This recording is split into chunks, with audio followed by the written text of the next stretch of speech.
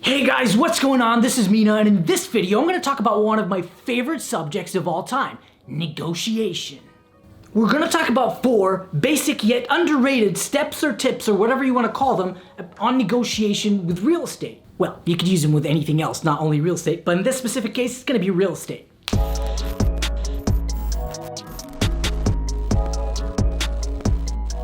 Let's first establish this. Negotiation is not evil. You're not trying to screw anyone over. You're not trying to take advantage of anyone. However, it's a crucial skill set you need to acquire for you to be able to make any deal happen. The better you get with negotiation, the better deals you get, the more relationships you get, and it's a meta skill that you can use anywhere in life, in any profession, in any business, and the better you negotiate, the more you win.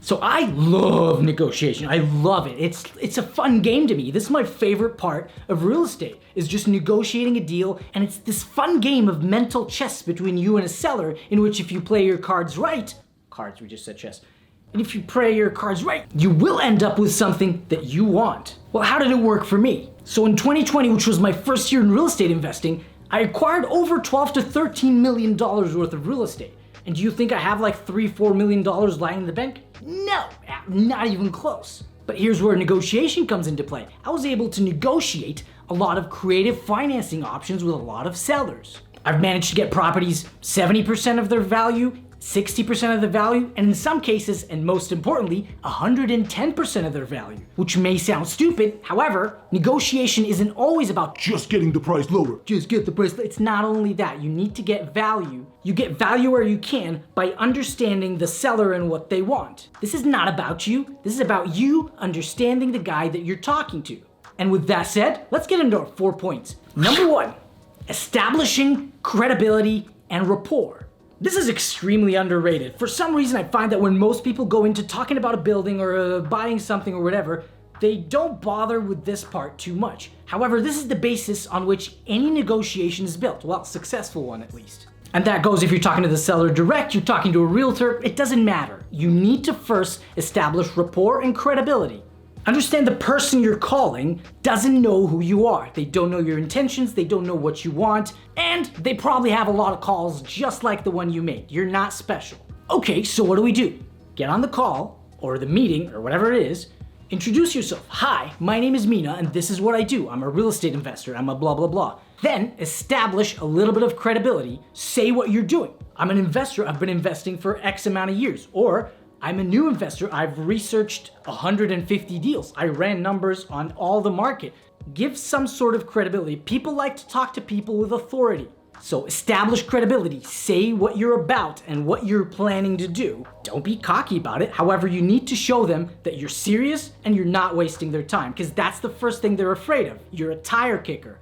You need to get that out of the way. I'm not a tire kicker, I know what I'm doing. You talked about yourself, you shouldn't take more than 30 seconds with this. Just briefly explain what you're doing, and then ask a question. If it's the owner, well, how long have you owned this building? Or do you invest in real estate as well? Try and get them talking. This is the key to anything. People will not do business with you if they don't like and trust you. So first, establish credibility to show them you're not wasting their time, and then ask questions and let them talk. Now, an important factor in this, if the seller starts saying, Oh yeah, well I've owned a house for 10 years. You can't just cut him off and then riff-raff about yourself. This is not about you, remember? You need to shut up, let him talk. Once he's done, ask OFQ. One further question. Ask one more question, let him talk some more. Acknowledge what he's saying, acknowledge the emotion that he's talking about. So if he's saying, Oh, like the market, the blah, blah, I lost money on the house. That sounds a little frustrating. That probably wasn't very nice. Try and pinpoint what he's feeling and say it back to him. And then let him continue talking. Obviously, don't be a moron. It's like, oh, just... You're not a robot here. You need empathy and common ground to create a connection with a random human being. So try and do these 2 things. Number 2, communication.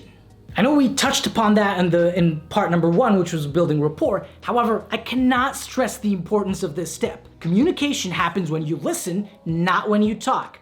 So less talky, more listeny, okay? So before you get on that call, before you go to that meeting, just look yourself in the mirror and say, Hey Mina, you better shut up this meeting. It's about listening and trying to understand. Number 3, wait. Okay, please like and comment. I would really appreciate that. If you subscribe, god damn it, that'll be fantastic. Because I have a race to 1,000 subscribers with Adam Martin, and I don't want him to win. Because he's a smug dude. He's gonna ruin my life. So please help me and subscribe. Thank you. Number 3, this one's about emotions.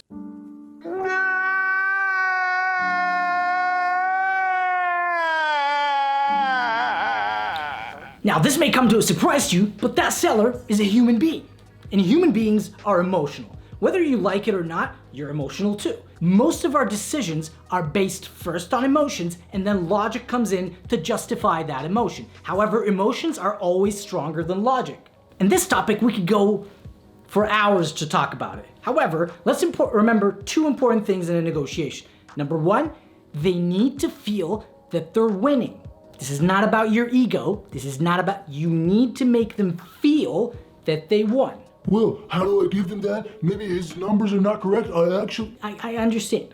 I'm not saying do whatever they want, but they need to feel like they're winning. So the first thing you do, in the beginning, try and get a couple of no's. Well, not no's, N-O's. Well, why is that? Because we need to make them feel that they're winning. We just said that. When they say no a couple of times, well, now they're feeling that they're actually in control, that they know what they're doing, that they're saying no to all your requests, so they feel that they're winning. The words that you say and how you say them absolutely matter.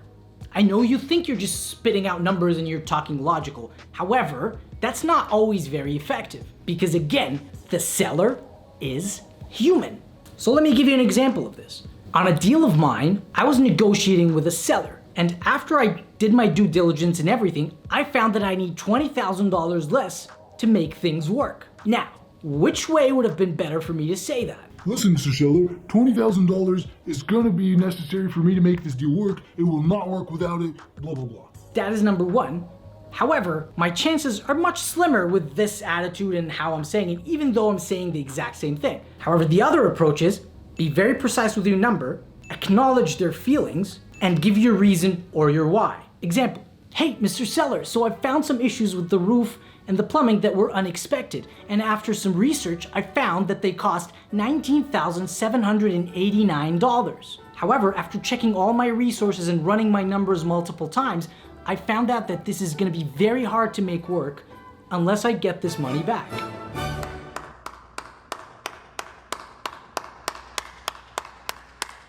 So after trying both these, which one do you think works better? I'm assuming number 2 works better. Your probability of getting this accepted is much higher, and even if he does not accept, he will understand your rationale, and then he will counter back. And what happens then? You go back to number 2 and listen, okay? Use those. Listen to what he's saying.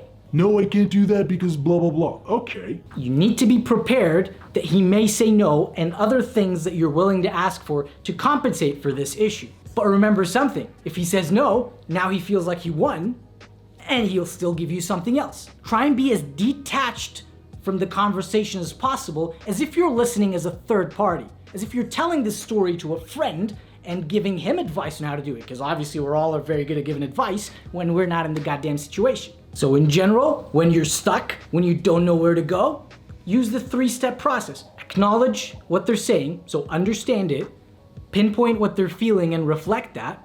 Number 3, OFQ, one further question. The more they talk, the more information you gather, the more you understand their why, and you're able to solve that.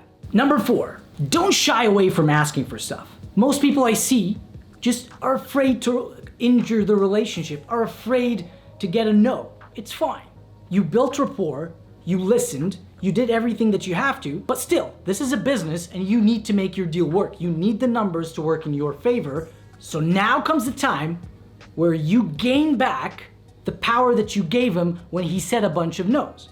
He already said a lot of no's, and now you're able to ask for the things that you want. Obviously, don't be greedy, don't just ask for the world. Make sure that what you're asking for is reasonable, make sure that it's doable. How do you know? Because you listened, okay. And aim high. And at this point, You have to expect the things you ask for. Some of them may not go through. All of them may not go through.